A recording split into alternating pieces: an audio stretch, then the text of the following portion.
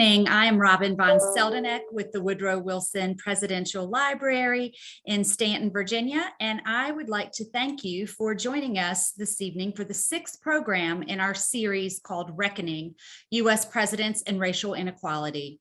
Tonight, we will be focusing on President Woodrow Wilson. The series Reckoning explores individual presidents' view and political policies toward minority populations. We created this series because we believe that discussions among historians that include questions from the public are opportunities for honest conversation and reflection. And we would like to thank the National Endowment for Humanities for funding this series. For all of you in the audience, we do want to hear from you, so please use the question and answer button, and we will get to as many questions as possible. I will share that we have received quite a few questions from the audience earlier during registration, and it looks like we are getting ready for a robust conversation this evening. I'm thrilled to be joined with four exceptional individuals and scholars. First is Asantewa Boakyewa, who is the former curator of the Woodrow Wilson House in Washington, D.C. She is currently the Supervisory Program Manager for the Smithsonian's Anacostia Community Museum. Dr. John Milton Cooper is the author of The Warrior and the Priest, Woodrow Wilson and Theodore Roosevelt, and also the Pulitzer Prize finalist Woodrow Wilson, A Biography. He is a professor emeritus at the University of Wisconsin-Madison. Dr. Thomas Knock is the author of To End All Wars, Woodrow Wilson and the Quest for a New World Order. He is the chair of the History Department at Southern Methodist University. And last, but certainly not least, is Patricia O'Toole, who is the author of The Moralist, Woodrow Wilson and the World He Made, and also Pulitzer Prize finalist, The Five of Hearts, an intimate portrait of Henry Adams and his friends. She is a former professor at Columbia University. And it is a pleasure to have all of you with us this evening. Thank you so much for taking your time out. So we're going to jump right into it. And I want to just start by sharing that I recently read an article where the author said it is absolutely impossible to understand 20th century American history and 20th century international policy or world history without having an understanding of both Woodrow Wilson and his legacy. And so I'm going to turn to you, Dr. Cooper, if you wouldn't mind first, if you wouldn't just give us a brief overview of Woodrow Wilson. Robin, I've been thinking about why we should be interested in Woodrow Wilson. And obviously his legacy, his long shadow over the 20th century and into the 21st century is essential. But this man, you could put it this way, he was one of our most important presidents, one of our most interesting presidents, and one of our most unusual presidents. Now, important, well, already the international legacy especially, and he took us into and led us victoriously through World War I. So that's tremendously important. But domestically, tomorrow, I believe that's when the Federal Reserve is going to announce interest rates, and all eyes and ears are going to be on the Fed. Well, guess what? The Federal Reserve was something, it was a creation of Wilson and others, but that's, if there's a legacy in domestic affairs that perhaps overshadows all others, that. An interesting president, because first of all, unlike many other presidents, he was not especially secretive. We have a record of not only his public statements, and he is one of the great speakers and orators of not only the presidency, really, of the United States, and also, but in private, he was extremely honest and revealing about himself. And his most interesting and revealing correspondence tends to be with women. His two wives, and then there was another person with whom he had a relationship, and that's another story. And this man was a great political mind. He is one of, I would say, 7 American presidents who were genuine intellectuals. Now, I'm setting Abraham Lincoln aside in that because there's a special category, and let's just not get into it. But clearly, this is somebody who repays study again. An unusual president in several respects. He is the only, people point right away, the only PhD holder that we've ever had as president. And he was a professional academic, a professor and a college president. And by the way, a tremendous success at both of them. I've sometimes wondered, an interesting test would be which presidents would deserve biographies if they'd never gotten elected president. Well, okay, the generals, of course, who led us through wars, but who else?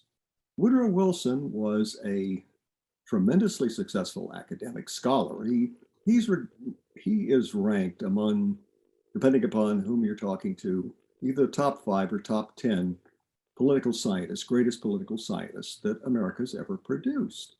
So, and again, he came from academic life. 2 years removed from academic life, he became this president and this very dynamic, successful president. So that's unusual. One other thing too, we've had 8 presidents, including Wilson, who've had a parent who was born abroad, a foreign-born parent. The last 2, except for this one, count there. Barack Obama, his father was born in Kenya. Donald Trump, his mother was born in Scotland. But we've only had 2 presidents who have had no American-born grandparents. Andrew Jackson was one, and Woodrow Wilson is the other. So this is a man, you can both say he does not have deep family roots in the United States, and also he is a product of the great immigration experience. So for all those reasons, this is somebody that we ought to be interested in. Thank you. Robin, Yes. are you getting a buzz over the sound wave? Occasionally I am, and I think what might help is if if you're not speaking, to put your microphone on mute. That might hopefully. Yeah, I had a hard time catching what John was saying for part of it. I don't know if anyone else heard that buzz, if it's my problem. I did. Yeah. I heard Yeah. a little bit, and I think if everyone does the mic when they're not speaking, will make a difference on that. Okay. So, Asantewa, I want to turn to you if I can, because you had the opportunity through your work with the Woodrow Wilson House in DC. And for those of you who are not familiar with that, that is the house where Wilson retired to after he left the presidency and was there for 3 years. You were able to really work with a lot of things at the end of his life. And how do you think Wilson would have seen his legacy? I think well, I'll just leave it at that. Okay, thank you, Robin. I think the years I spent at the Woodrow Wilson House really evidenced sort of his reflective state towards the end of his life, the war being central, the effects of that. One sort of story of the house in Woodrow Wilson's bedroom up on the 3rd floor of their home was one of the shells from World War I that he kept. And, the thinking was that, perhaps it was left there because the house was preserved by First Lady Edith Wilson, and she recreated or wanted to recreate the house at the time of Woodrow Wilson's passing. She indeed lived there through 1961. So the house had undergone some modernization, but as part of her bequeath to the National Trust of Historic Preservation, she wanted the house to reflect, the time in which Woodrow Wilson lived there. So placing that object in the place it had been, on the mantle with his bed facing the fireplace, the thinking there is, that is a sort of subliminal message, if you will, metaphorical expression of, his reflection on the war all the way to the end of his life. I think the house can be revealing in a lot of different ways, particularly around race, as we try to explore the lives of the domestic workers who were employed at the Woodrow Wilson House by the Wilsons, Isaac and Mary Scott, an African-American couple who lived in Washington, D.C., originally from Virginia, descendant of enslaved people.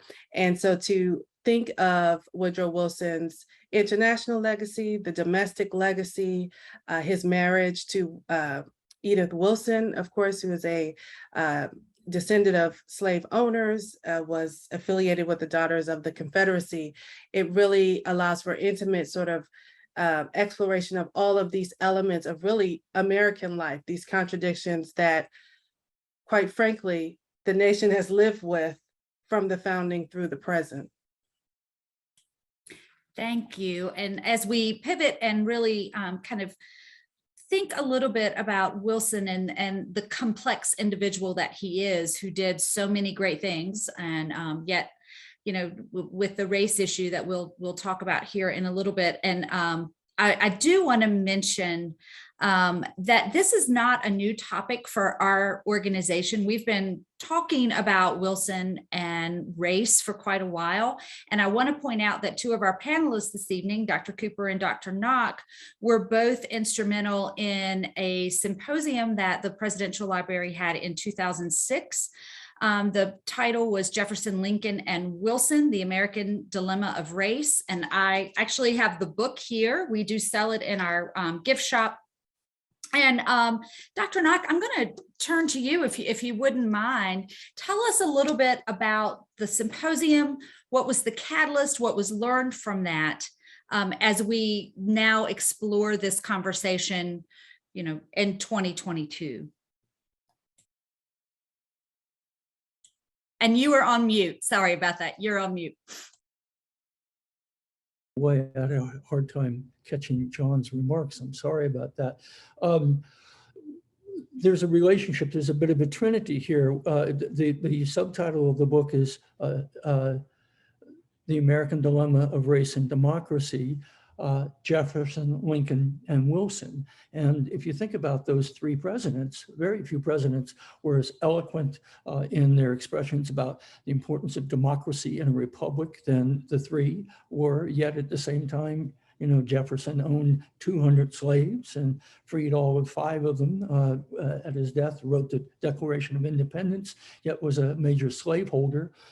Lincoln, no one was more responsible for getting rid of slavery than Lincoln, but of course, Lincoln had serious doubts about social equality almost to the end of his life.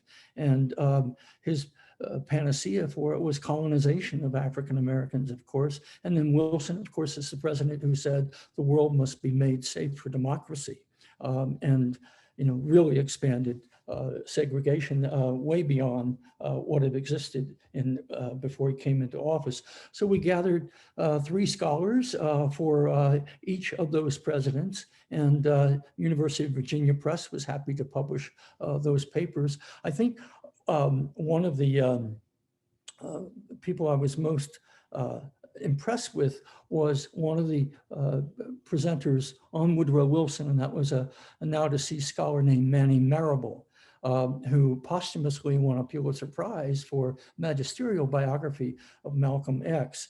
And he indirectly, at least, provided some interesting context for understanding Wilson. He made the point that segregation in the federal bureaucracy existed before Woodrow Wilson. It was actually begun under 2 presidents who were members of the party of Lincoln, Theodore Roosevelt and William Howard Taft. Under them, you had the entire Census Bureau workers segregated. Most of the services in the Capitol were as well, even the workers' dining room in the White House.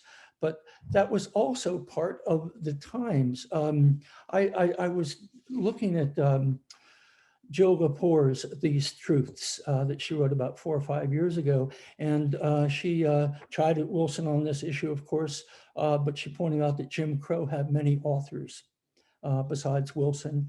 And she remarked this was the work of his generation, the work of the generation that came before him and the work of the generation that would follow him. And I think it's interesting to look at the fact that the United States, by the turn of the century, really had consolidated apartheid in the United States between 1890 and 1914. Large majority of African Americans throughout the South had lost the right to vote. Lynching was a weekly occurrence. In 1896, of course, Plessy versus Ferguson. The Supreme Court sanctioned segregation in public transportation on the basis of separate but equal.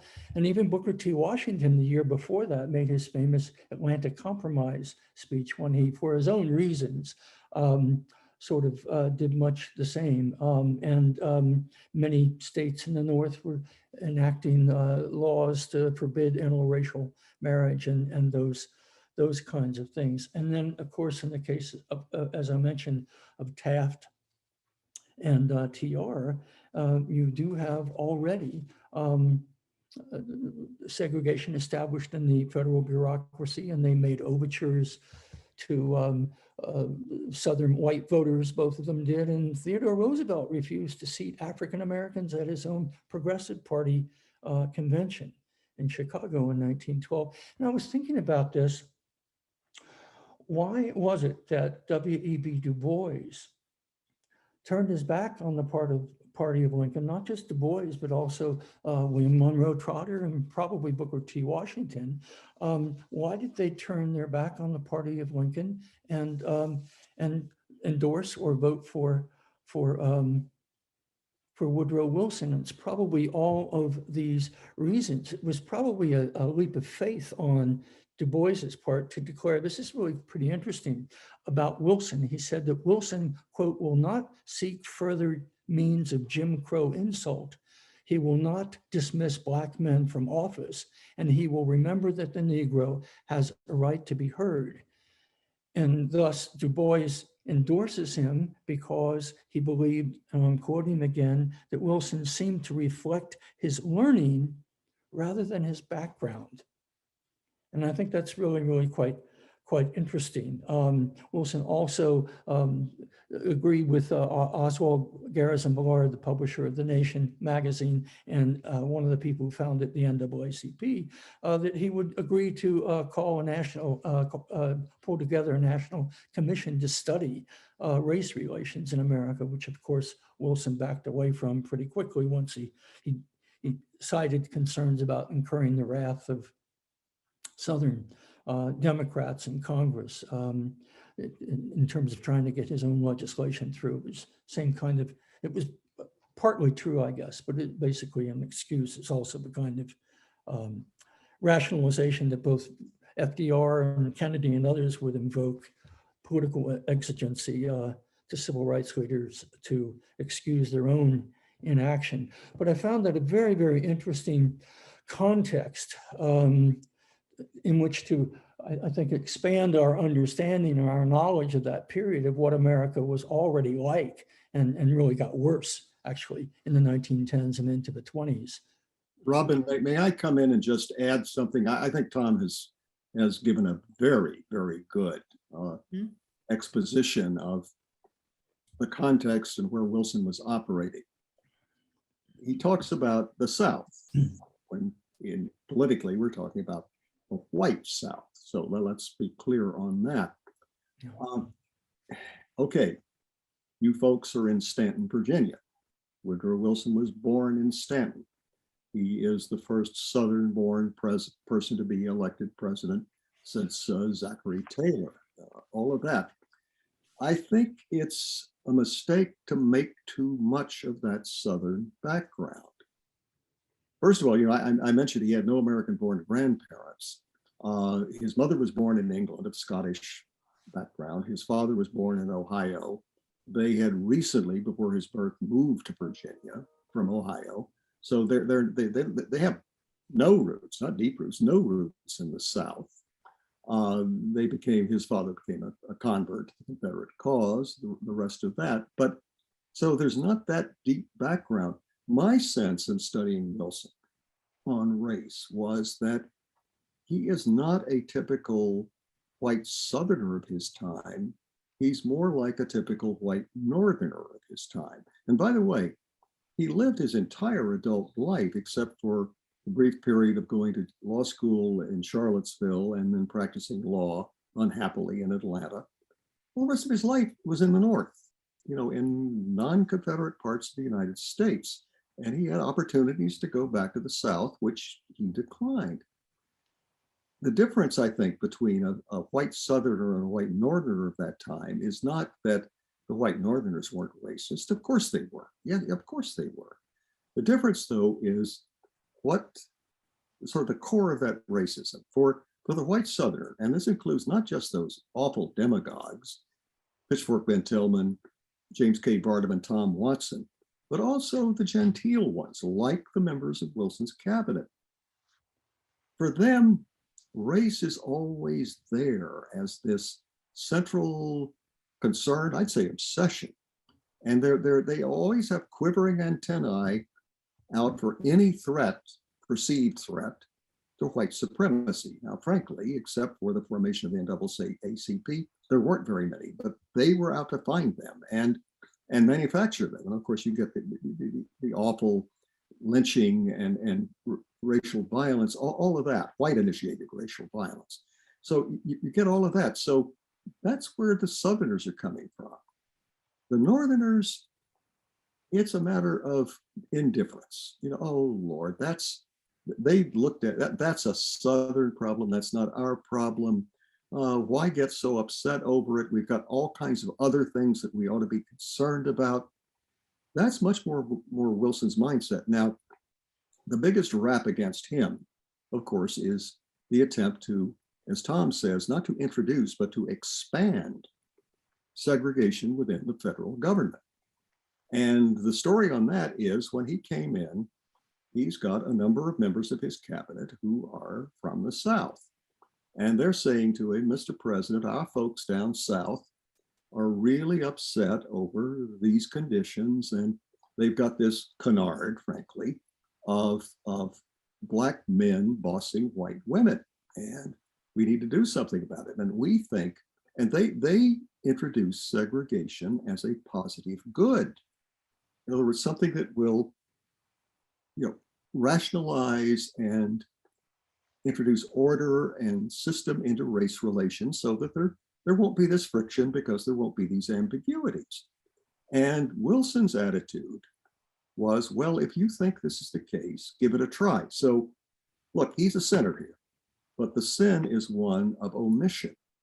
Okay, well, if you want to try it, go ahead and do it. So I think it's important. This is not to take him off the hook at all, but establish who he was, where he was coming from. Finally, interestingly enough, even though he was Southern born and raised mostly in the South, he was always very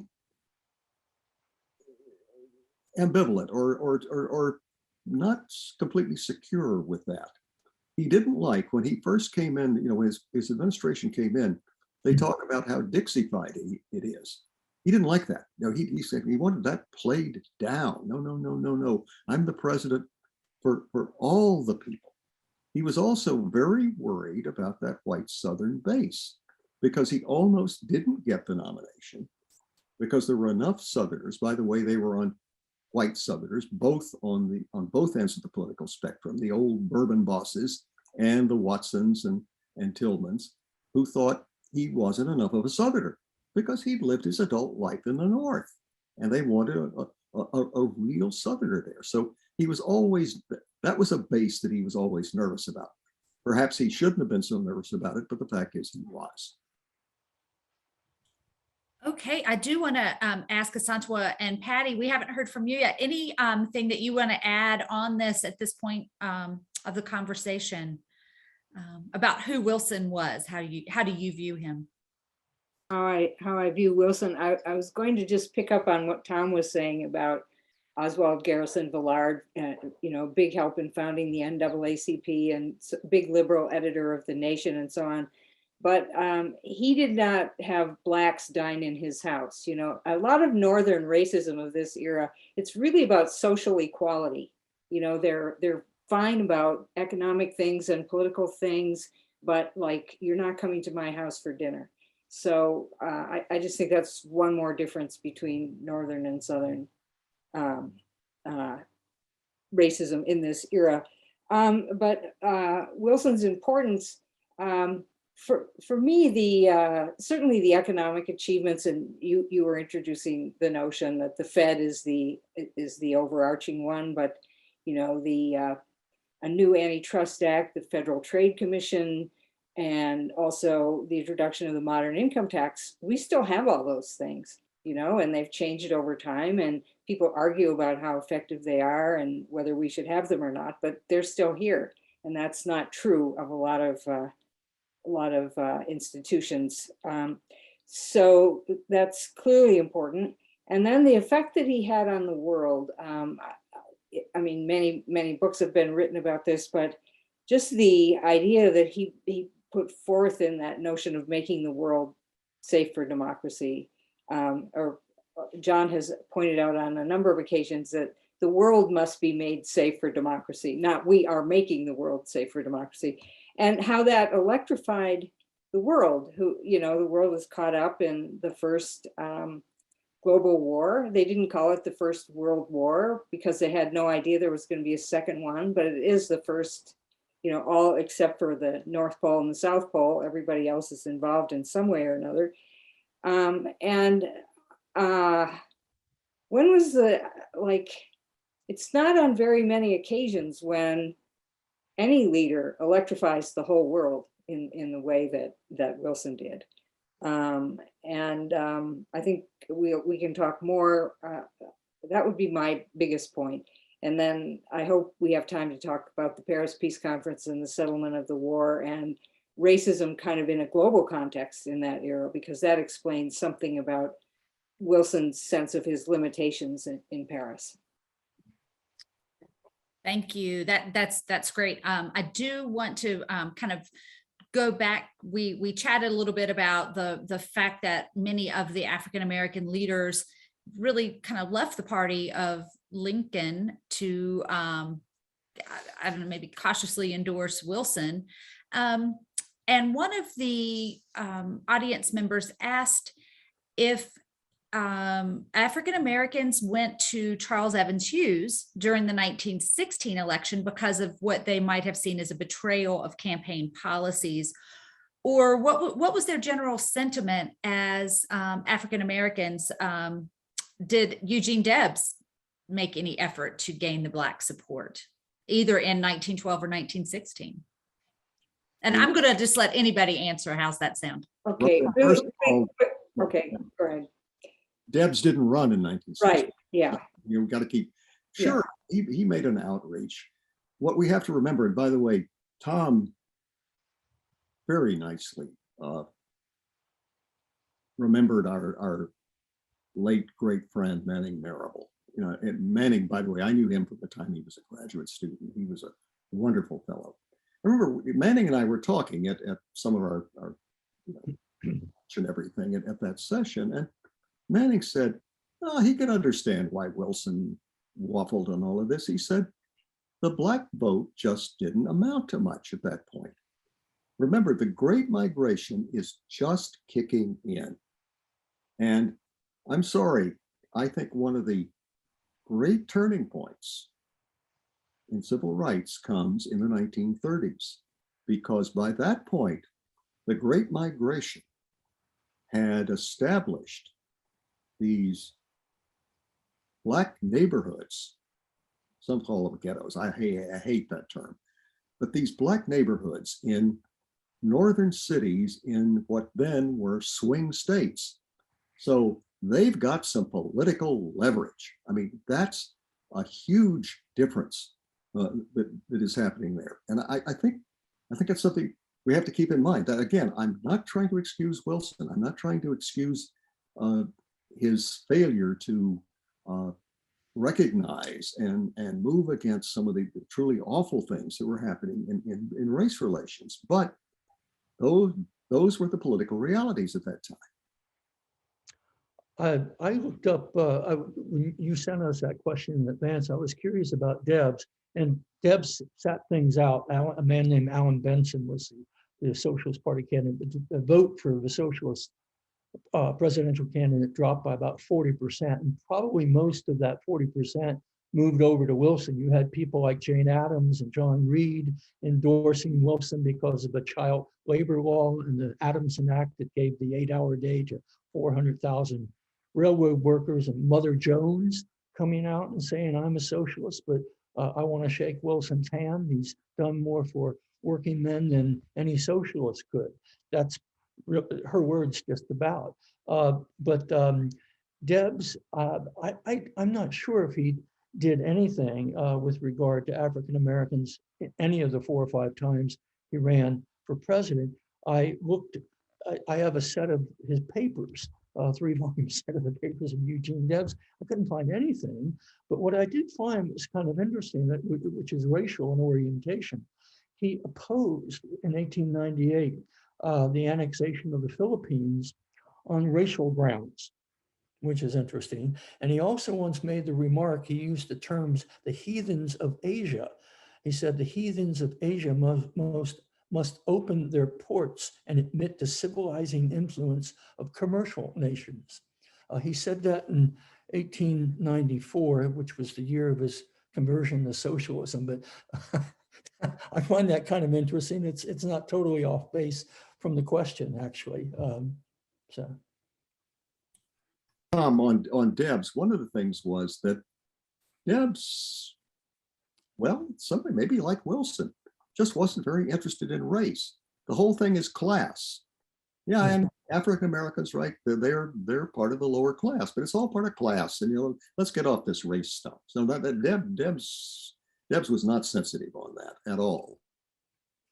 Well, historically, also, if you think about labor in the North, for instance, at the time of Lincoln, I mean, the Republican Party did not campaign on racial egalitarian grounds.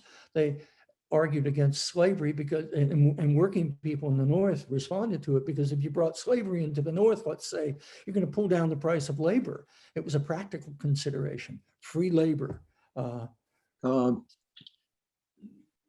And I think that held, what I'm getting at is I think that held pretty much in the labor movement well into the 20th century. They really weren't very friendly toward African Americans. Right, Tom. The employers were using African Americans as strike breakers. This is there's a certain animosity that's created there.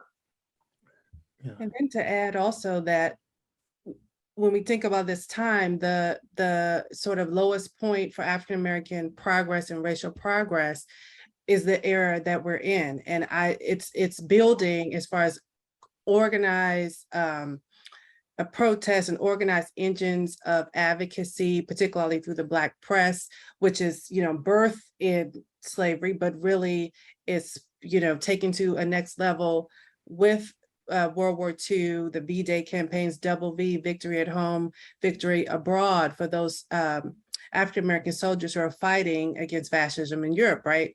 So this idea that they're one at this time as the African-American coalition, we have to remember what the effects of this at this time, right? A more nascent Jim Crow that is just starting to take hold, and also the Great Migration. And it just, to me, focuses the conversation on the agency of African Americans, of how the racial progress throughout this century, or the last century, the 20th century, the century we're talking about, is in response to pressure by African Americans and allies on changes. I mean, we have to remember later in the civil rights movement, Kennedy, of course, did not move. It wasn't his intention upon election to introduce civil rights legislation, right?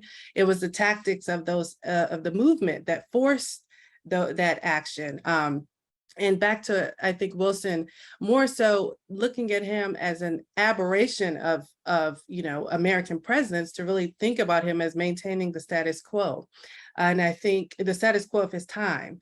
And I think it may be sort of a uncommon interpretation of Wilson, but spending time at the Woodrow Wilson House and thinking about Wilson on the personal side, the personality that drives decisions, and his approach to peace, I think by reading correspondences with leaders like Villard and also with Trotter, and the sort of letters that came through after segregation was formalized in his administration, he's looking at it as a peacekeeping. Like he thinks this is a good idea because he thinks it will keep the peace among Blacks and whites in the federal government, which of course is erroneous, but I think that plays into his sort of quest for a global peace, but we remember not all peace is just.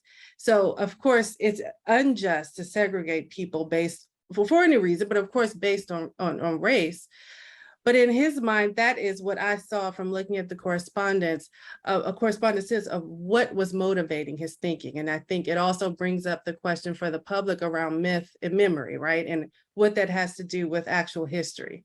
And the myth and the memory of Wilson as this great racist, white supremacist has been characterized, not to, again, say those things are not true or that he didn't have those views, but the idea that in some ways it was a radical turn from what had been, what was, and what unfortunately still is important to remember, and to remember that this is a debate.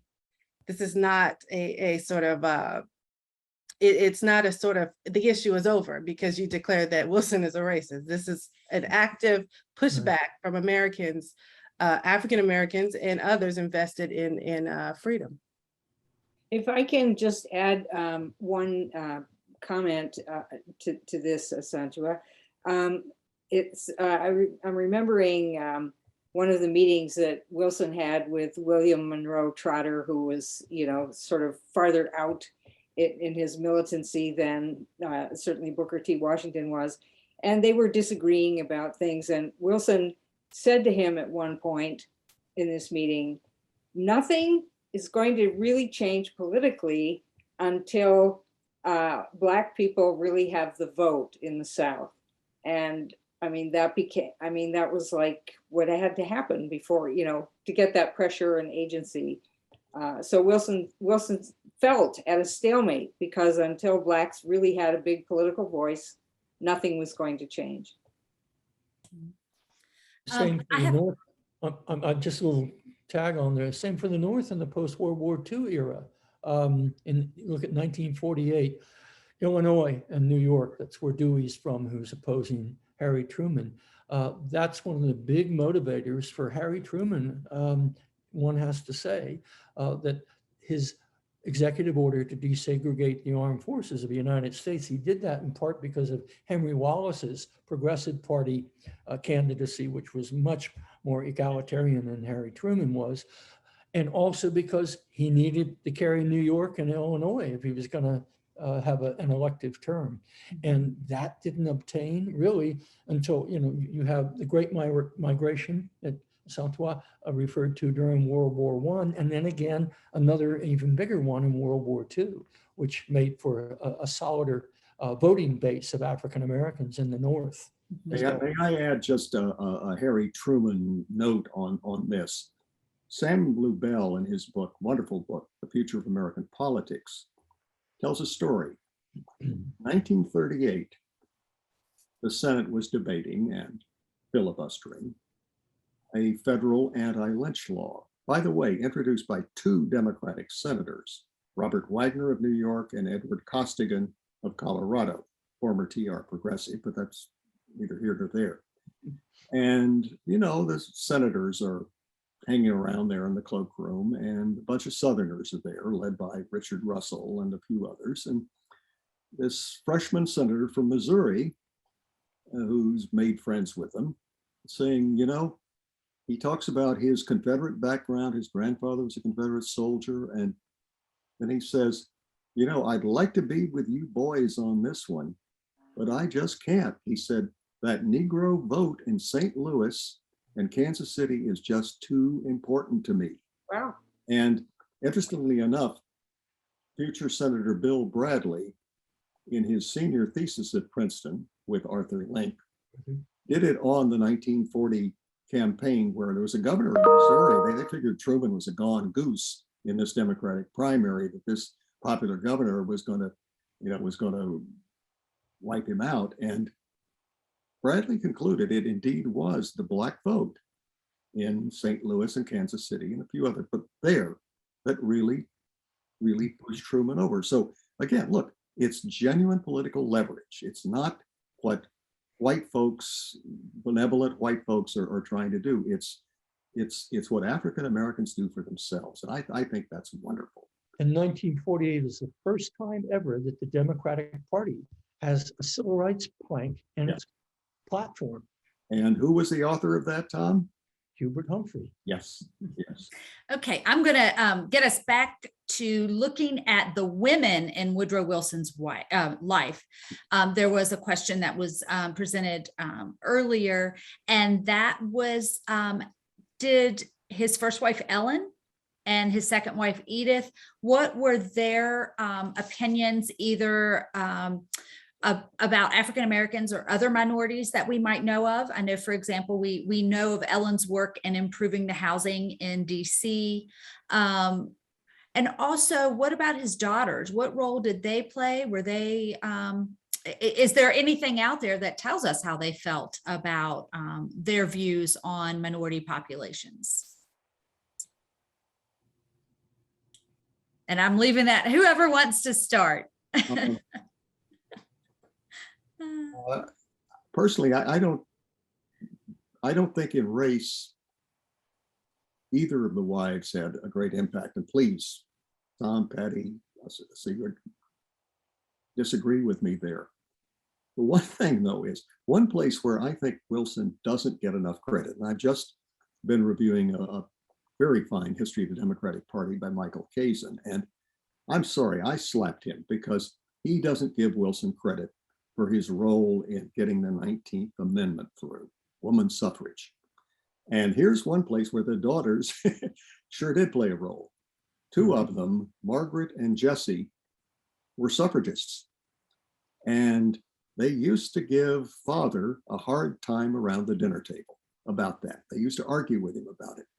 And you wish we had the hidden microphone or the video camera or something. I would love to see those. I think that must have been marvelous. Yeah. I think Margaret was a member of the National Women's Party, Alice Paul's movement, which was the more radical of the two main movements. That's an interesting thing. And also, he's the father of 3 daughters, and that must have, and both of his wives were pretty sharp, particularly Ellen. She was probably fully Woodrow's equal intellectually, wouldn't you say, Patty and John? And that has a subtle, if not really conclusive, impact on something like women's suffrage, I think. And, 2 of his daughters went to college. The other one, Nell was never a student, but she went to a finishing school. But this was again when that was unusual for. By the way, the champ though of that era for what his daughter did was William Howard Taft, because she went to Bryn Mawr and then she went on to Yale and got a PhD in history. So, but still, for that is a measure of enlightenment, I think. Yes. Well, Jessie was the valedictorian of her class at Goucher College. Correct. And didn't she run for Senate in Pennsylvania or have thoughts of running for Senate in Pennsylvania later in life? I don't think so, because she didn't live in Pennsylvania. She lived in Massachusetts. Her Frank Sayer was at Williams.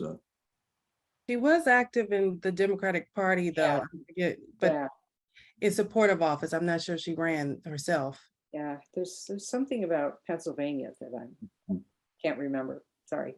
Asantewa, what would be kind of some of the experience in working with the materials at the Woodrow Wilson House? Because of course, as you had mentioned earlier, Edith lives there until her passing in '61. Any thoughts on how she viewed minority populations, African Americans in particular? But yes. Absolutely. From the public history side of things, looking at objects as a way to interpret history, I think Edith Wilson is a trove, if you will, of what she left behind. Really gives a glimpse into her views of African Americans in particular. In documentation in her memoir, which I'm pretty sure was the only book that she published, she refers to the two African American workers I mentioned at the beginning, Isaac and Mary Scott, as the quote, best of the old time Virginia colored stock. So anyone familiar with, the history of slavery and the social dynamics of Blacks and whites, especially in Virginia, understands what that means and what that impression is, that Black people have a certain place in society, which is to serve, to be, to put on a face of going along with whatever their quote master or mistress wants, right? So those are her words. In objects in the house, in the way that she left things, and essentially I think of her as the first curator of the Woodrow Wilson house. It's curated from an antebellum woman's perspective. As you walk into the home, up and ascend up the stairs, you have portraits, not of herself or Woodrow Wilson together or other kind of, it's of her ancestors. Of course, she was very, I will say, though Edith Wilson didn't bear children, she was pregnant and had lost a child with her first husband, but so she didn't have living children, and of course not with Woodrow Wilson, but she did have a very sort of maternal role, I think, or sort of, I shouldn't say maternal role, I should say sort of glorification of maternal roles and familial connections, and the role of a woman in a traditional way. When it comes to that, although she was very progressive when it comes to sort of a woman of her day, driving in Washington, D.C. It's often cited that she may have been the first woman in Washington to receive a driver's license. The fact checks around that are a bit, I haven't seen a lot, but this idea that on the one hand, progressive certainly was forceful in her, if you will, courting or pursuit of Woodrow Wilson. So modern in a sense of what we would understand modern to be, but on race, very regressive. And certainly not in support of women's suffrage, referred vehemently to the women like Alice Paul and others who were imprisoned at Lorton for their protest at Lafayette Square and around Washington, as being, vile women who deserve to be in prison. So it's that contradiction again with Edith Wilson, but I wouldn't say, and you all, correct me, that she had much influence on President Wilson's views of race specifically. I didn't see much of that per se, but obviously it's a question. That is a great question. Any insight into that from any of the other panelists?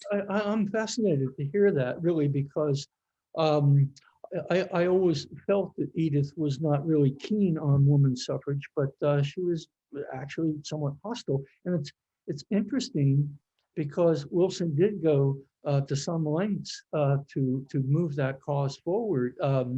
He held something like 50 interviews with suffrage delegations, held about 80 consultations with members, mainly of Democratic members of Congress, to push them to vote for suffrage. 3 separate addresses to the Senate to vote the amendment out. 15 state legislatures he directly appealed to in the ratification in the state by state vote, that kind of thing. 100 items of correspondence with senators, and he got the final vote for the House and the Senate, and of course prevailed on the governor of Tennessee when the ratification process was just one state short of ratification, called the Tennessee legislature into session, and the rest is history. So he really did a lot. I guess he didn't consult Edith on it very much, though. At this point, I want to switch gears a little bit, if it's okay, and talk a little bit about Wilson, his views in appointing the first Jewish Supreme Court justice with Brandeis. And I think, I always think it's important to note that he was the first president at Princeton, I believe, to appoint a Jewish professor and also a Catholic professor. And I was talking with some students just a few weeks ago who kind of looked at me like, well, what's the, what do you mean Catholic? We forget, and our young, sometimes we forget that was not common by any means at that time. I mean, JFK, what was the question? Could he be a Catholic and run for office? But I do want to go back and talk a little bit about his appointment of Brandeis. And sometimes we get that question with his pushback against anti-Semitism, and how do we reconcile that with Wilson's sympathy? Well, I'm going to look at a question that we have here that came in just a while ago. Would you consider him to have sympathy for the Klan? Their violence against Jewish Americans? Is that taking it a step too far and maybe and saying, no, there wasn't sympathy for the Klan? But how do you reconcile Wilson's beliefs both with appointing a Jewish justice and the pushback that he might have received from the Southern delegation, but not the pushback for African Americans? Okay, let me come in on that one.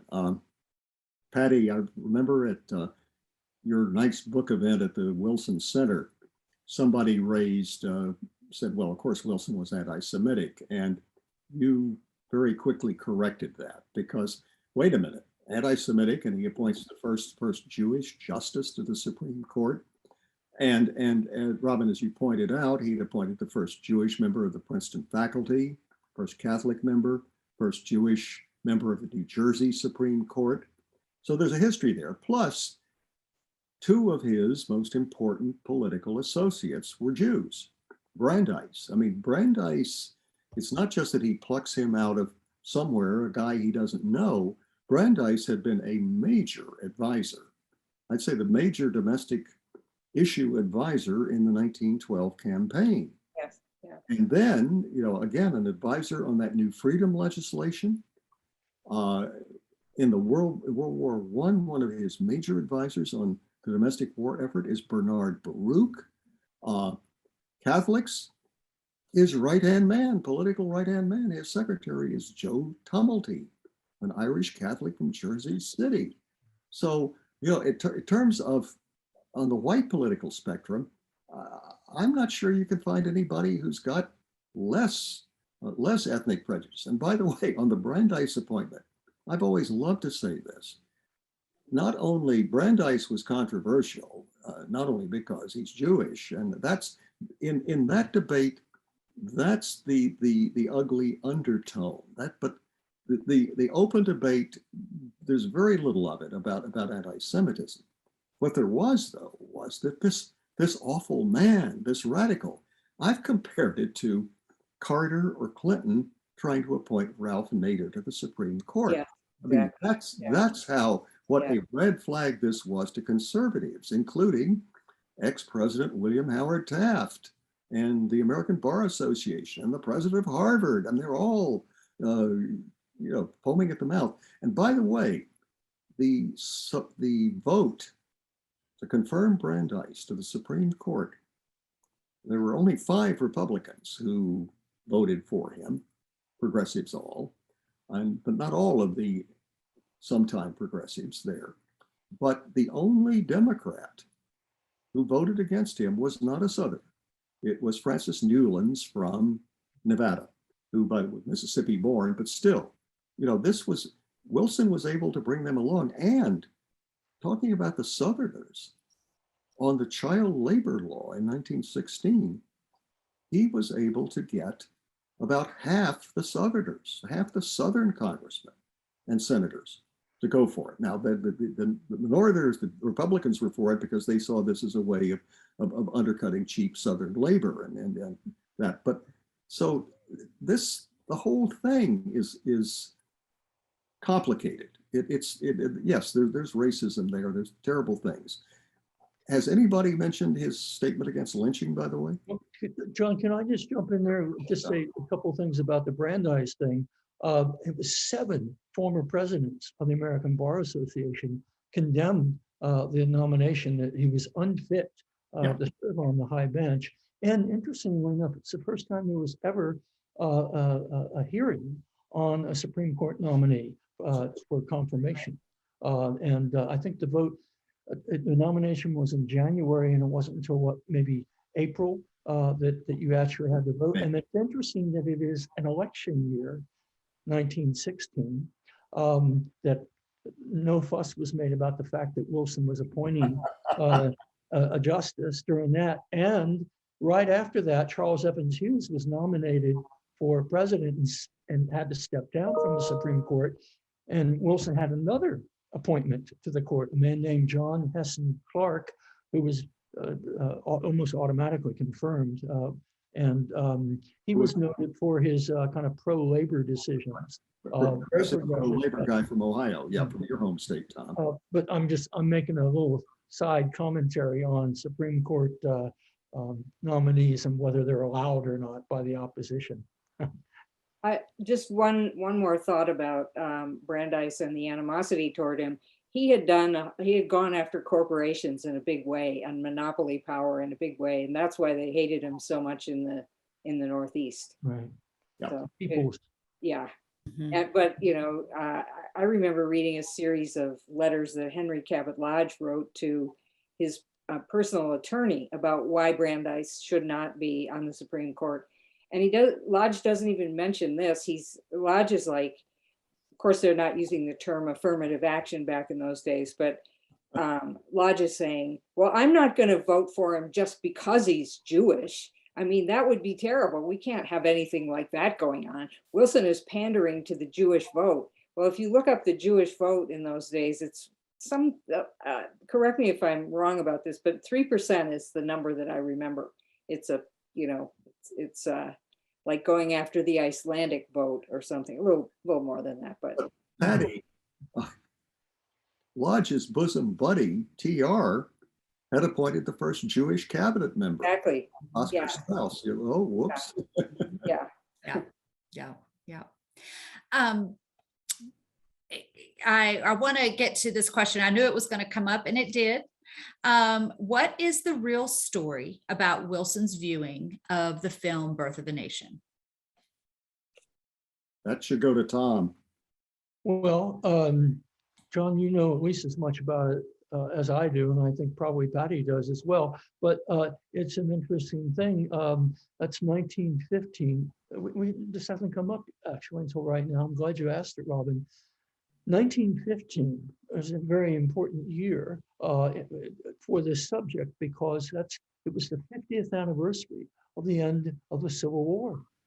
And there were all kinds of celebrations about it, kind of efforts for kind of cultural slash political reconciliation between North and South.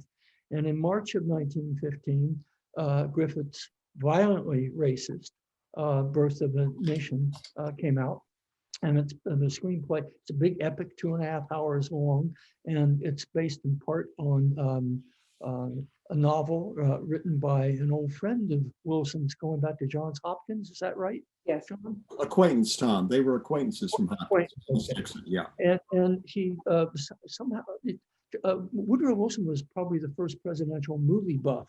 He watched movies all the time, and when Thomas Dixon, told him about this movie, just in general terms of how it was going to revolutionize filmmaking and stuff like that. He knew it was about the Civil War and all that, but he really didn't know much about the contents of it until he actually saw it. And he sort of pulled a bit of a fast one on Wilson because what Dixon wanted to do was to see to it that it got shown in the White House, and they could use that as a kind of implicit endorsement of the film coming from the Wilson administration when D.W. Griffith and the director of it anticipated a lot of flack about the movie, which it certainly deserved from the NAACP and places like that. And then there's the famous, John, you want to pick it up from there about like writing history with lightning? Oh, then that business that Wilson endorsed it. It's business history written by lightning, and it is so true. As far as we can tell, and Tom and I both have dug and dug and dug into this, Wilson never said that. That was made up about 20 years later by a magazine writer in Hollywood. So he didn't say that. 1937. Yeah. 37.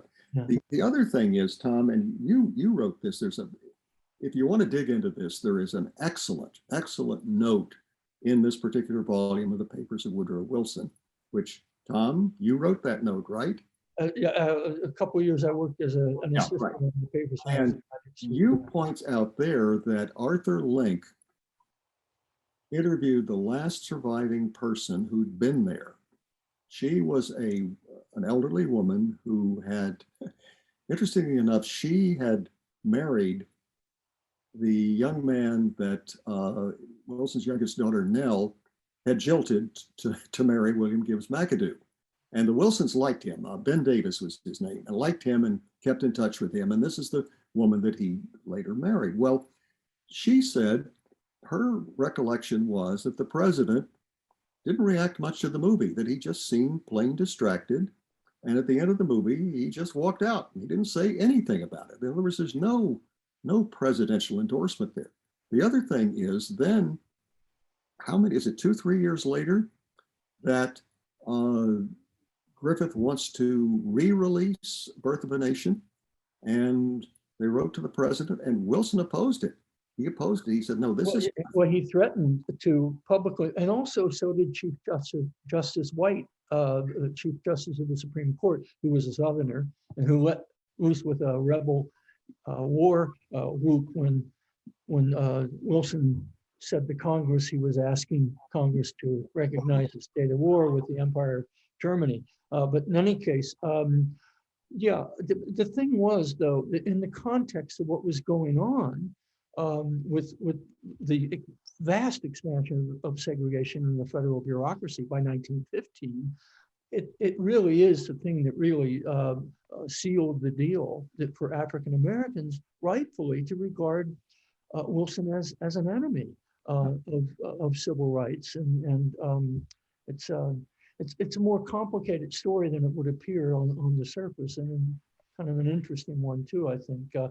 Another thing about 1915 also, you got the anniversary of 50th anniversary of the Civil War, Birth of a Nation, ongoing segregation, and in December of 1915, Booker T. Washington passed away too. So it's really a bad year in the history of civil rights for all those reasons.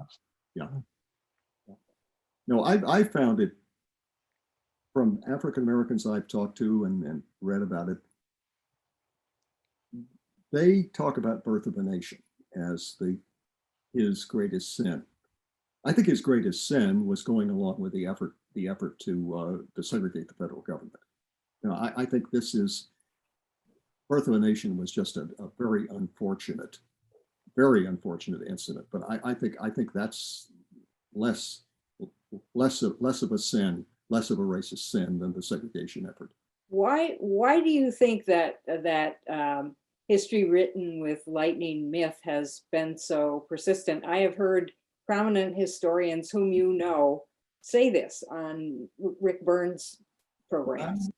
Yeah, because it's Patty, it's a great soundbite, you know, and it's easy to do sound bites. And well, Wilson was born in Virginia and raised in Georgia and South Carolina, so therefore Southerner. It's look, even we historians like to do shortcuts. And well, Wilson could turn a phrase also, and it's a great phrase. It's like writing history with lightning. Yeah. The first time I encountered it, I thought it was a wonderful line in and of itself. Yeah. You know, this is the 1910s is when motion picture industry is really becoming culturally and otherwise extremely important in American life. Tom, as you said, Wilson was a movie buff, and here is this new industry, and here's his chance to promote it. And the damnable thing about The Birth of a Nation is it really, in terms of cinematography, is a great film. It was a huge leap forward in what they did. I mean, up to that point, Yes, you just had the camera sitting there, and it's like it's not even like watching a stage play, because at least you move your eyes around when you're watching a stage play. It's just that, and the camera angle, and those battle scenes in Birth of a Nation, I don't think were really matched until you get maybe Saving Private Ryan. I mean, it's generations before Hollywood is willing to do honest battle scenes, and which would help to enable it to do more damage. Yeah. actually. Yeah. You know, Right. in I terms know of- I saw an interview with Spike Lee a few years ago, and he uses that in his class at NYU to talk about the effect of film and how you can use that. And I think that's a perfect example of that. I mean, as horrific as it is, and I do want to circle back, because we kind of hit on this a little bit ago. We did get a question. I want to make sure all the questions that were asked earlier get answered. And one is, this person is writing, I'm most interested in the actual impact of segregation in DC and what that was and its influence on general Jim Crow policies in the South. Second one's pretty broad. I would say, in a sense, it's the Jim Crow South having the impact on Washington, D.C. Yes, absolutely. Yeah. rather than the other way around. I would agree. Uh, So.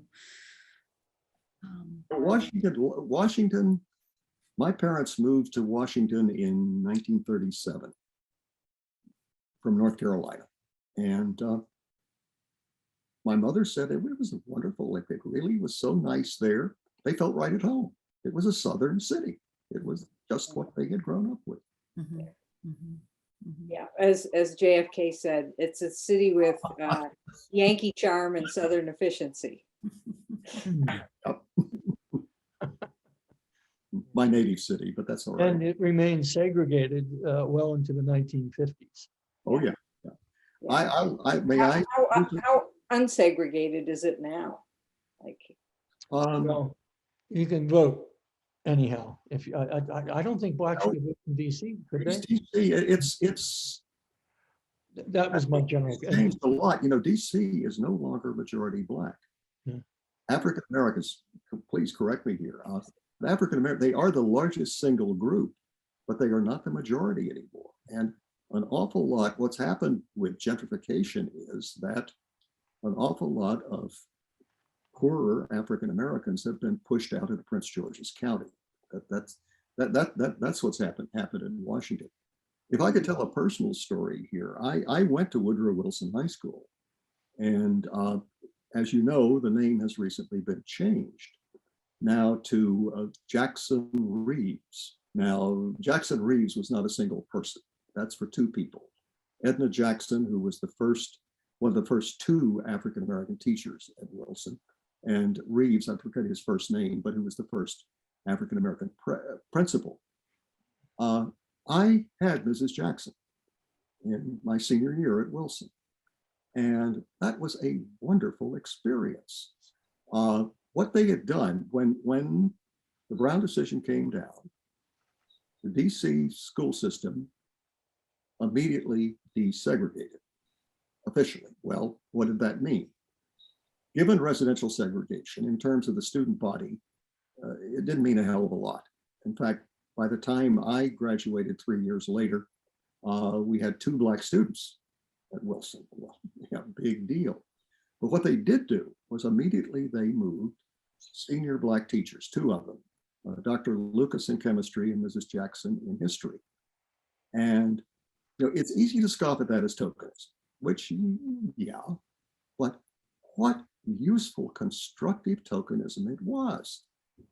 I had never really encountered a professional black person before, really. And I think I was totally typical of my peers. And this was so eye-opening. And as I said, my family was from North Carolina, was Southern. And Mrs. Jackson reminded me of my mother and my aunts. And she was a wonderful teacher.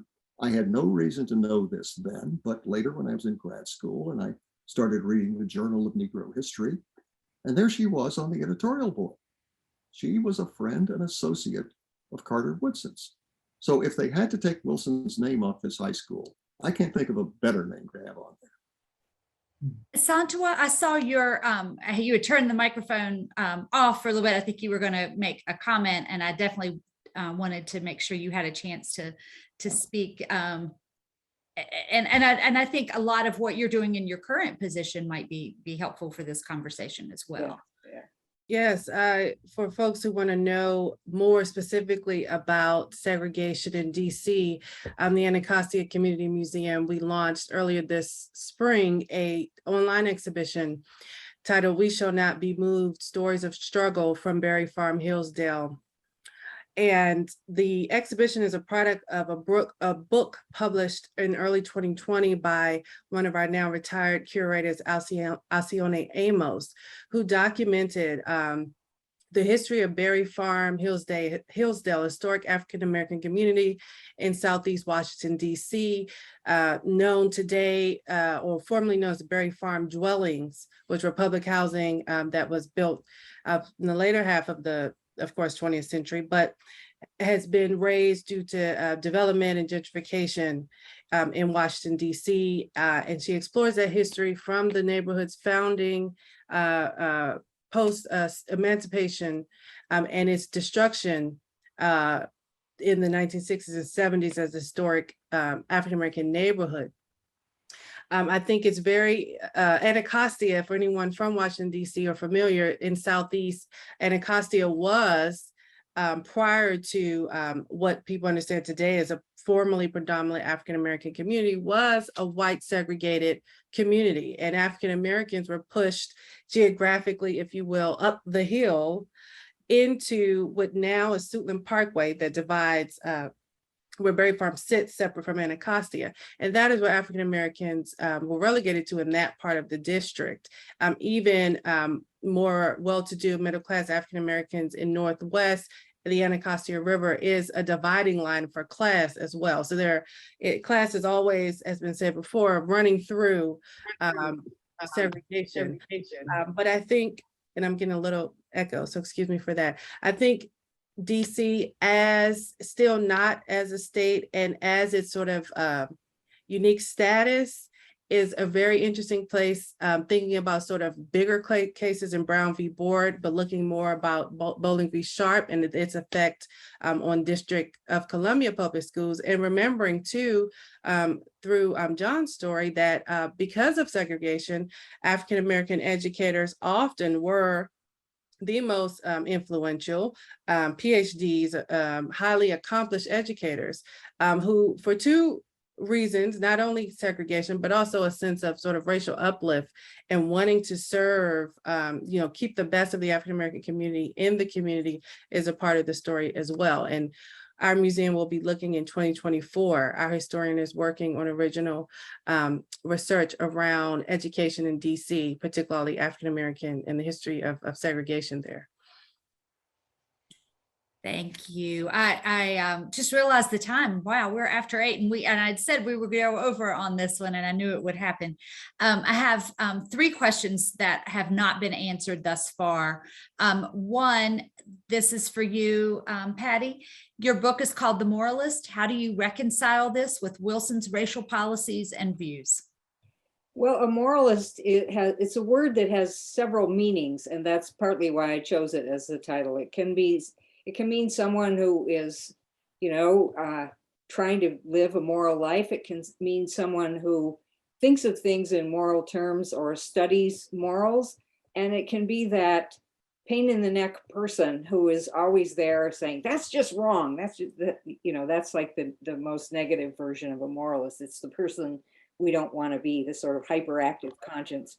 And with Wilson, it just seemed to me that a thread that ran through his whole public life was he wanted the moral high ground when he was making a decision. He wanted so much to do the right thing. And we all know that politicians have to make compromises. And the segregation decision was he needed votes. Part of it was he needed votes for his New Freedom legislation, the institution's economic agenda that we were talking about earlier. And these Southerners wanted something for that. And that's a bargain that presidents made, you know, for a long time to get Southern votes around racial issues. Wilson was not the first and he was not the last, but because of the way things unfolded, and I think in this movement to, you know, that started by the Princeton students to get a real sort of recalibrating of basically the whole notion of great men, great white men. Wilson has, I think, come in for a larger share of blame than other presidents who've been equally or more culpable on this. So he wanted the moral high ground, and that's basically what I had in mind. And one thing that happened to him, and I think this can happen if you're always looking to do the right thing, and people are opposing you, they can be opposing you for a lot of reasons. But you can think they don't want to do the right thing. I'm the guy who wants to do the right thing. And Wilson, certainly after the election of the midterm election in 1918, when he loses control of both the House and the Senate, which he has had for the first 6 years of his presidency, then he really had no patience at all with opposition from Republicans, and he would often characterize their positions as immoral. But as we know, two honest people of great integrity can have radically different positions on the same issue. And it's just not a thing to do to say that your opposition is immoral. But he was much more moralistic with domestic affairs anyway in the last 2 years of his presidency than before. So to me, the book is about what are the potential limits when you're trying to be a moral leader. You're always going to run into something that you want to do that you think is moral, that other people have just different ideas about it. So the book is a kind of study of what it means to stake that moral high ground, try to stick to it, and what do you do when the going gets rough?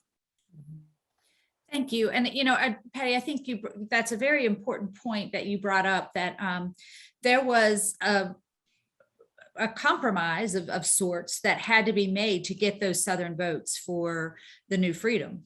And unfortunately, it involved working with those Southern Democrats, and resegregation was one of those ways of dealing with that. This is not new and unique just to Woodrow Wilson, and you look, for an example, I think if you look at LBJ in the 60s and how the consequence of what the decisions made that were put through, how many Democrats are coming out of Texas right now? I look at Tom, who's in Texas. I mean, what's the likelihood of having I know there of course there's Democrats there, but it forever changed the party in Texas. Yeah. Because a major flip-flop that and Johnson made the remark, I can't remember, the Civil Rights Act of 64, the Voting Rights Act, that he was consigning the South to the Republican Party. Right. Yeah. And the two parties, thoroughly reversed. Yeah. Although you had a lot of progressive Republicans too. A lot of Republicans worked very effectively on this. May I say something though about Patty? I don't think in getting his new freedom legislation through, the Southerners were on board. These are followers of William Jennings Bryan. His problem with a lot of them, not all, but a lot of them, was to rein them in and to keep them from going off in totally different directions and moving too fast. Not that he disagreed with their goals, but words change over time. And a favorite word of his was expediency, which for him was a positive word. Now, I don't know about the rest of you, but I don't think I have ever heard expediency used in anything but a pejorative connotation. And this was the way his mind worked. Patty, yeah, he was a moralist, sure. But this is the so's your old man response. Who wasn't at this time? Yeah, there's some machine types and so forth, but you and I both have worked on Theodore Roosevelt as well. Do you think Theodore Roosevelt was any less moralistic than Woodrow Wilson was? Well, I think that's a conversation I'd love to have, and it would be a long one. I think Wilson is more progressive on race than Theodore Roosevelt was by a long shot. But I'm thinking of these compromises, and certainly after Wilson, the Social Security Act, they don't say no blacks need apply. They say it's not going to apply to domestics and farm workers. But like, who were the principal domestics and farm workers in 1935? So it's just something that, kept having consequences for a really long time. In the 20s, when the Republicans swept back in, these informal segregation policies in the federal government and this downgrading of African-American federal workers, that didn't change. The Republicans kept it in place, and they kept that in place, but they dismantled or diminished a lot of the progressive legislation. They returned from a low tariff policy to those disastrously high ones. They appointed all kinds of business people to the Federal Trade Commission, and they threw out the most progressive income tax schedules in American history and just lowered them all the way on corporations. But they kept the segregation. The irony here is Andrew Mellon wanted to abolish the income tax. Right. But the problem was, because of prohibition, they didn't have the federal excise taxes on alcohol. So they had to keep some income tax to raise federal revenue. So they hoist by their own petard there. Just listening to this final portion of the conversation, Wilson really presents it's complicated and a disappointing example of presidential racism. And I think largely because we do associate him with presidential greatness, whatever that is. I know what it is myself. And how do you reconcile those two things? You really can't.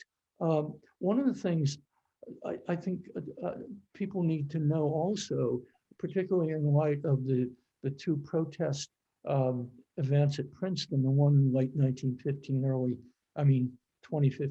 2016, and then the more recent one in 2020, is that since the post-World War II era began, the early 50s, historians and political scientists have severely condemned Wilson on the matter of the segregation policy.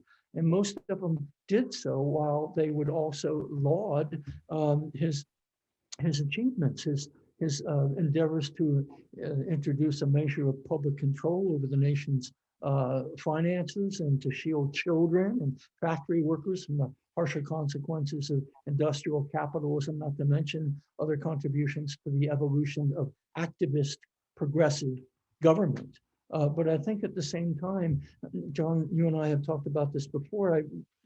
You referred to a comment I made to you in conversation once, that there were two things I've always thought that have robbed Wilson of truly transcendent historical greatness, and that is his policy on race, the segregation issue, and his acquiescence in the civil. He acquiesced in the introduction of censorship in the press and civil liberties against war protesters, that sort of thing. At the same time, it's interesting, in part because I think Wilson spoke and wrote about democracy with such power and grace. I think the critical mindedness about his presidency is entirely legitimate. If you think just about the Voting Rights Act of 1965, that's just one of many examples of the importance of vigilance in preserving fundamental rights. We were talking about Arthur Link before, and I wanted to reference him because I was thinking, what might he say if he were involved in this conversation with us? And I think very few have made a stronger case for this proposition than Lieutenant Link, who devoted the bulk of his career to writing a 5-volume biography of Wilson and editing the 69-volume edition of the papers of Woodrow Wilson, which Princeton University underwrote for 30 years and published. And I want to read you just a brief line of that Link wrote in 1987 in the preface of his college-level history textbook, The American People of History. This is Link. No people can meet the challenges of their own time successfully without a thorough knowledge of their past. We can be set free to deal with the problems of the present and the future only if we confront the truth that our nation has been guilty of genocide, slavery, continuing racism and sexism, aggression, persecution, and other violations of our own best historic ideals. We cannot truly love our country unless we are willing to know the truth, which alone can energize us to continue to strive for a government and society that our noblest women and men have sacrificed so much to achieve. Those are good words. Well said, well said, and very timely, very timely. So, and gosh, this is such great conversation. I hate to switch gears, but I am mindful of the time. You know what we have not talked about at all is Wilson on the international stage, because that is a huge piece of, negotiating the peace after World War I. Any insight, Patty? I want to start with you, and then of course everyone else, please join in on that very topic. Well, I'll quickly narrow the field so that we can go home before midnight. Just to talk about racism at the Paris Peace Conference. And one of the things that happened, Wilson gets the League of Nations established, and the Japanese were part of that discussion. They were one of the great powers, one of the principal powers at the peace conference. And they wanted, in the preamble to the League's charter, a statement just saying that the League affirms the equality of all races. And so Wilson was chairing the committee on this document, and this gets put to a vote, and there were 17 people who voted, and the vote was 11-6 in favor of having this affirmation of the equality of all races. And Wilson, as chair, said, well, it doesn't pass because it's not unanimous. And in the small decision-making body, they wanted unanimous decisions because they didn't want to present the whole treaty to the Germans with, say, if there were 5 powers voting, with a 3-2 decision, because it would make it too easy for the Germans to say, see, not even the victors were in favor of all these things. So they just talked and talked and talked until they got a 5-0 decision. But this one, was 11-6, and Wilson said, we can't do it because it's not unanimous. And someone, I can't remember whether it was the Japanese or someone from the French side of this committee, said, well, we want the minutes to note that, we considered this and the vote was 11-6 in favor. So it survives in the documents, but it didn't get passed. Well, why would Wilson do that? And it's not so much about racism in the United States. It's about that France and Britain have huge overseas territories and colonies and subjects who are Black and brown.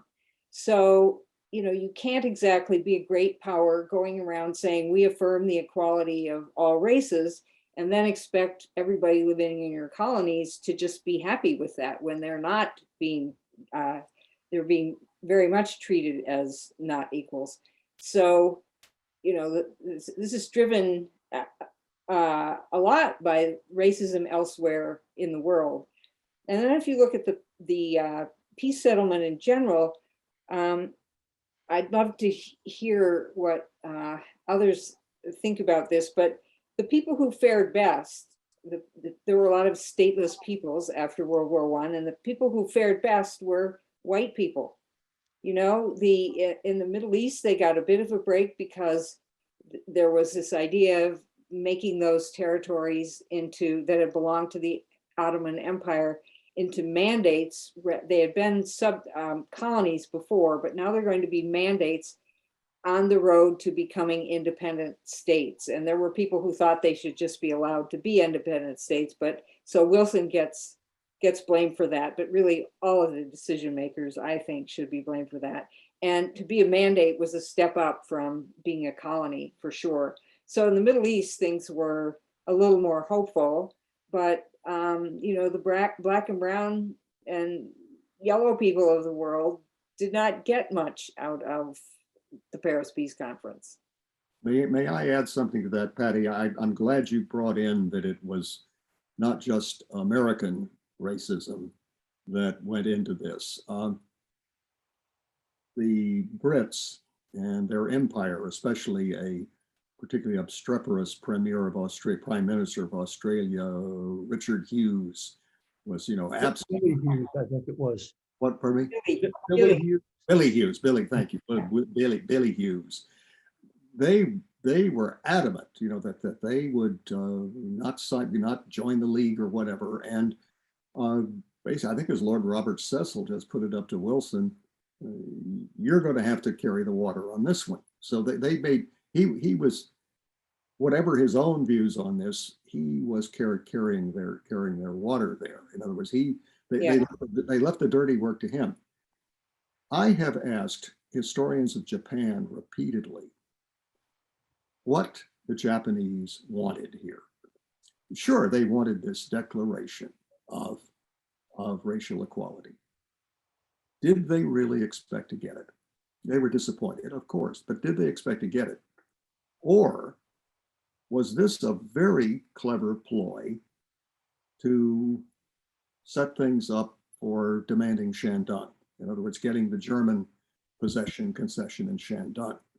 And it certainly, it worked. It worked there. I mean, Wilson, you know, Wilson had to swallow. He hated it. It was hated doing that, betraying China there, but he had to do that. Finally, on the subject of mandates, Du Bois, who with bitter disappointments with Wilson, supported the League and supported this because he said, for all of the flaws, the mandate system is a step away from colonialism. Yes. It's an important step away.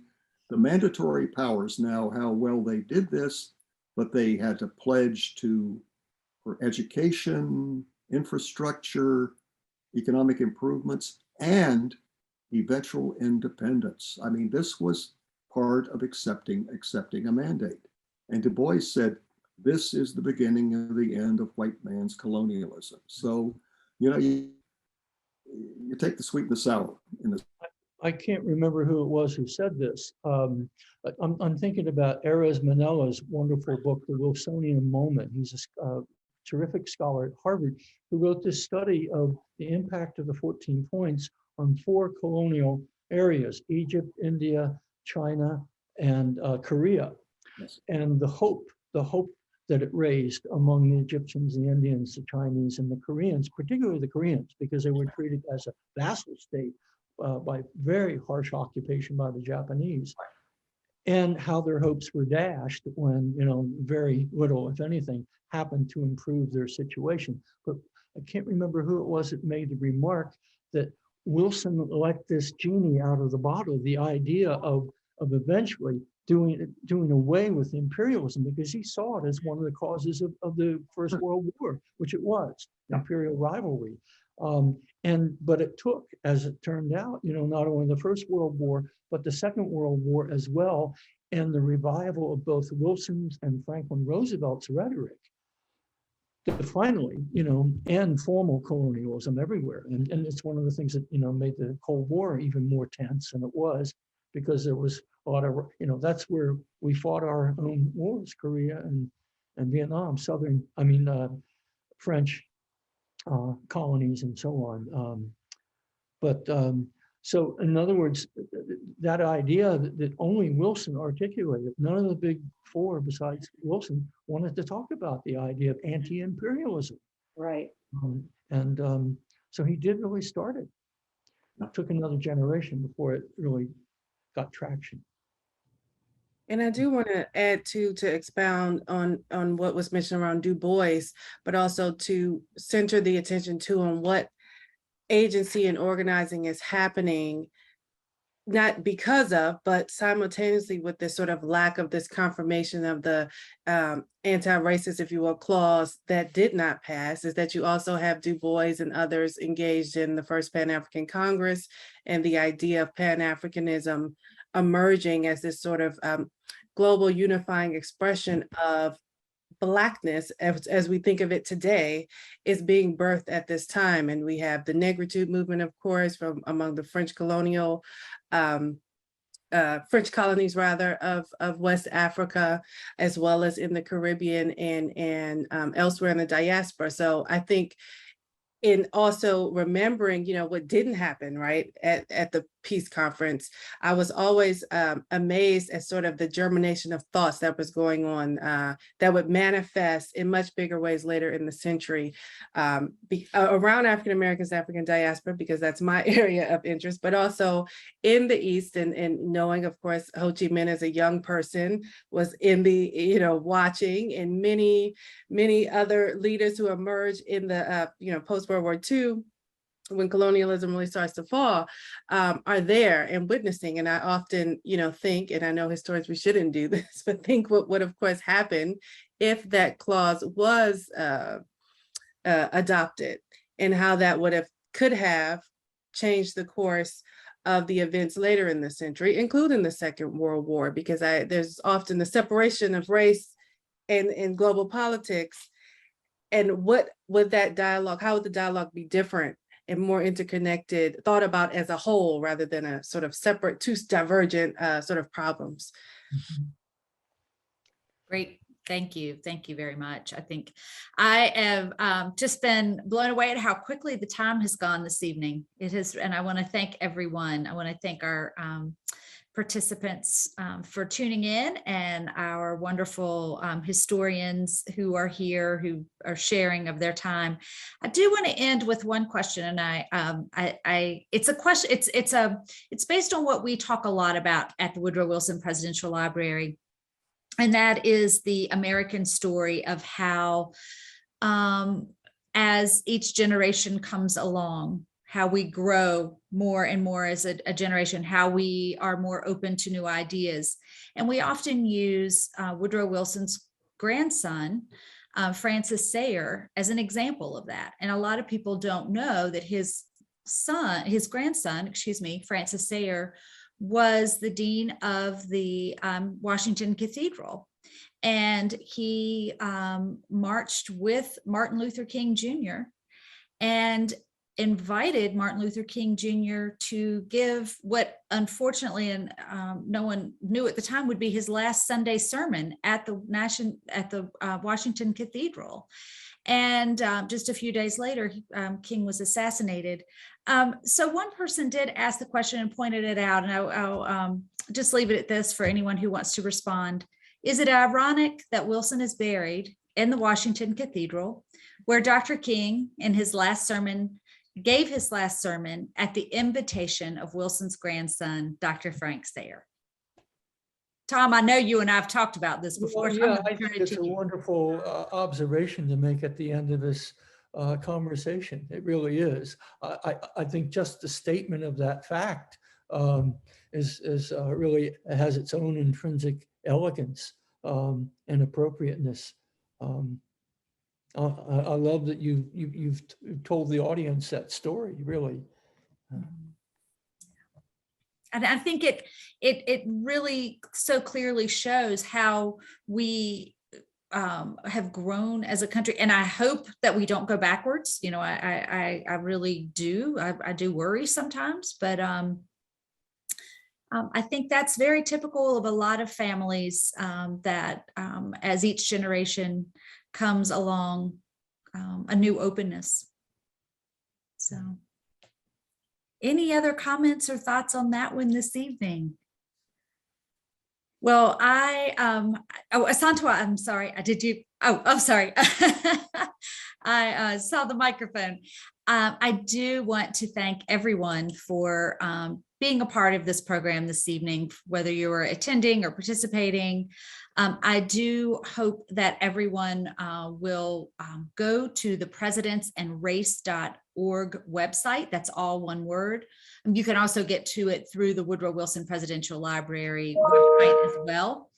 You will find in-depth resources on Woodrow Wilson, all the other presidents that we've covered thus far in this series, and those include Andrew Jackson, Abraham Lincoln, Ulysses S. Grant, Rutherford B. Hayes, Benjamin Harrison, and Theodore Roosevelt. The recordings are there. All of the presidential libraries or presidential sites that we worked with have also shared information that you can find there. I also want to let everyone know that next month, this program series will continue with a conversation about President Warren Harding. That will feature Sherry Hall, who's the manager of the Warren G. Harding Presidential Sites, and historian James Robinault. That program will be held on Thursday, August 11th at 7:00 p.m., 6 p.m. Central. Make sure I said that correctly. Thursday, August 11th at 7 p.m. Eastern, 6 p.m. Central. And you can go to the Woodrow Wilson Presidential Library website to register for that one as well.